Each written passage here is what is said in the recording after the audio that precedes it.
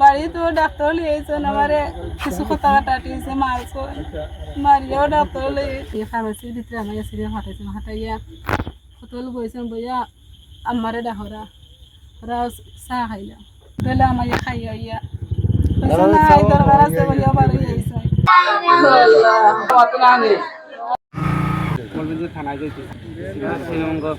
এটা করা আম্মা লিয়ে আমারা নাড়াটা খুঁজে আইও ওই আমার ফুয়া ঘুরাতে এইটা ছোট ঘুরে লইছে তাই মানুষ না কন্যা ঘুরে লো তো ঘুরে কাপড় কিনতেছি কিনতে লইছে লইয়া আম্মা লগে আমার রাতে বেটা মুই গিয়ে গেতা তুই যাবি ওরা নাম আই তুমি আও হইয়া লইয়া গেছেন আইয়া সিরিয়াল হাঁটাইছেন হাঁটাইয়া ডাক্তারের ইয়ের ভিতরে আমার ফার্মেসির ভিতরে আমার সিরিয়াল হাঁটাইছেন হাঁটাইয়া কতল বইছেন বইয়া আমারে ডাহরা ওরা চা খাইলা তখন আম্মা না ওর দামি না দাঁড়া না আইয়া চা খাইলা হইয়া লইয়া গিয়ে উঠলাম আইয়া চাও আইছেন ফুয়ারে মিঠাই কিনে দিচ্ছেন ঠান্ডা কিনে দিচ্ছেন দিয়া চাও আইয়া কিলিও দিছে না তার নম্বরে একটা কিল্লি দিয়া হয়েছেন তোমরা ডাক্তার দেখাও থান বেগও দিয়েছি কিল্লি 4-5টা বান্ধা ডাক্তার দেখাও আমি আই হইয়া তো ফুয়াই খান্দের আমার পুরো আবার ফুয়ার আমি করে করে লেগে আইছি 12 পর্যন্ত ফুয়া কান্দের আবার ফুয়ারে পুরো লইছে লইয়া মায়া দিয়া হয়েছে নাই আমি পুরা দরকার আছে হইয়া গেছেন তোমরা ডাক্তার দেখা আমি আইরাম হইয়া আই হইয়াও পারো আইছেন ভাই বাড়ি তো ডাক্তার লিয়েছেন আমারে কিছু কথা কাটাটিয়েছে মারছ মারিয়াও ডাক্তার লিয়েছে সমাধান করজন করিয়া বালা সমাধান করিয়া বালা বাদার মনে কিচ্ছু নাই ডাক্তার তো আমার লিয়েছে সমাধান হয়েছে যে ডাক্তার লিয়ে ডাক্তার অন্য সিরিয়াল খাটাইয়া নো বুয়াইয়া আসতা হোটেলে আমাকে খাইয়া ইয়া নাই দরকার আছে হইয়া পারো আইছে আমার শ্বশুরে এটা সমাধান করে দিলেন বাড়ি শ্বশুরে তো সমাধান করে দিছ না ইয়ে করিয়া নিও আশপাশেরও মানুষ আসলে সমাধান হইতে কইলে কি আমি আইতে ইতাম কোনো বাজারও টেঙ্গো ধরে লটারি লানা মানুষের কইলা না ইতা কিছু বুঝতে দিছেন না এটা আসি মুখে বাড়ি বিদেশ আসিল পরে বিদেশ আসলে বিদেশে নাই আমি জানি আজকে তুলা দরবার বেটা বেটি করছে আজ করছেন বারোটা উঠে এখন দরবার করছেন করা বাদে এখন বেটির আখটা আমি খান্দা উঠছি শুনি আমি গেছি দৌড়িয়া গেছি দিয়া দিয়ে শিক্ষিতা তখন এখন যে খালি তো লগে তর্ক করে এখন তাবে একটা মারি দিতে গেছি করি আমার বুয়া মরি গেছে কি অন্য বেটিয়া খাবলা মারি গাদ্দা তুলি দিয়েছে অনর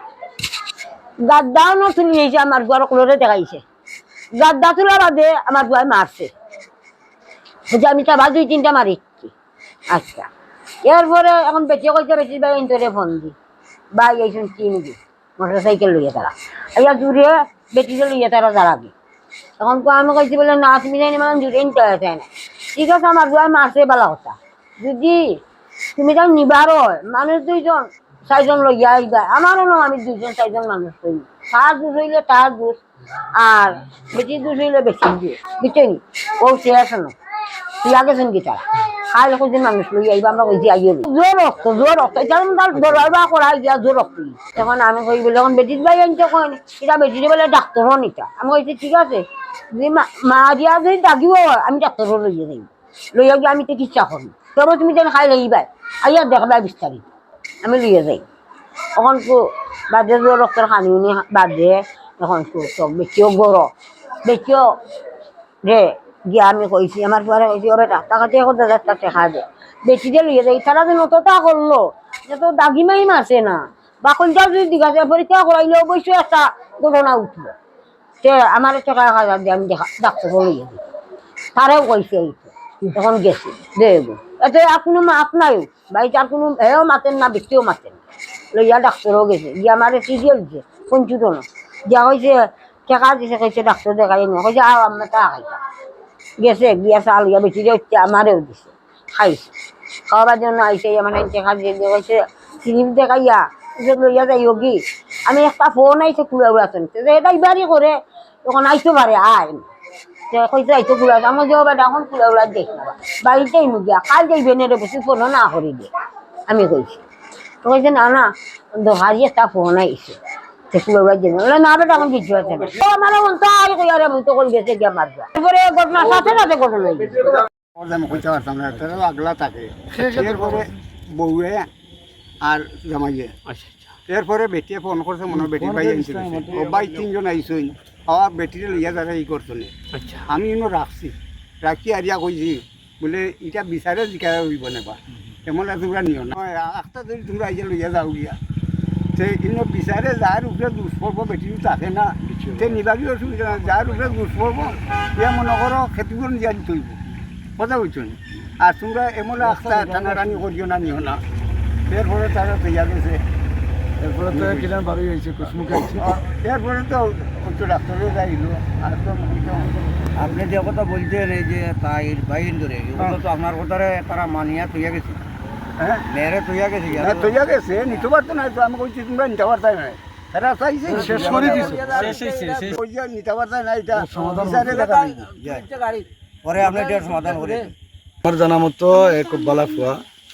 বিদেশ আসছিল, দেশ হইয়া গাড়ি কিনছে, গাড়ি চালাইছে, এরপরে গাড়ি বেচছে বিদেশ যাওয়ার লাগি। আজকে বার্তা কি প্রায় তার কথা মতো পরিবারের, তার বাবার কথা মতো 2টা বা 2:25 মিনিটের সময় বার্তা কি বাড়ি আইছে।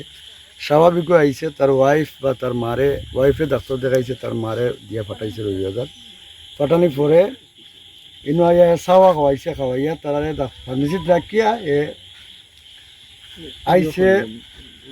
বারোই থেকে বারোই আইয়াই। এরপরে আমরা 5টা শুনছি আর 5:30টার দিকে সে রেলের নিচে পড়ে কাটা গেছে আর অতটুকু। আমার জানা মতো তো পারিবারিক অনেক সময় বিরোধ থাকে, তো আজকে কিছু তারার মাঝে স্বামী স্ত্রীর মাঝে একটু কথা কাটাকাটি হয়েছে। এক পর্যায়ে তার পরিবারও এরা মিলিয়া, তার ভাই বা তার বাবা মিলিয়া এটা শেষ হয়ে গেছে। এরপরে কুসমুখের ডাক্তারও লই আইছে স্ত্রীকে। তার সিদ্ধান্ত এটা তার একান্ত ব্যক্তিগত, কেউ তার ইমপ্রেসও করছে না আমার মনে হয়, বা এই জাতীয় ছেলেও না, খুব গতপালা ছেলে, ও তো আল্লাহ জানে কিতা লাগে, তার নিজের ইচ্ছা ইয়া রেলর তরে পড়ে গেছে। ধন্যবাদ। আজকে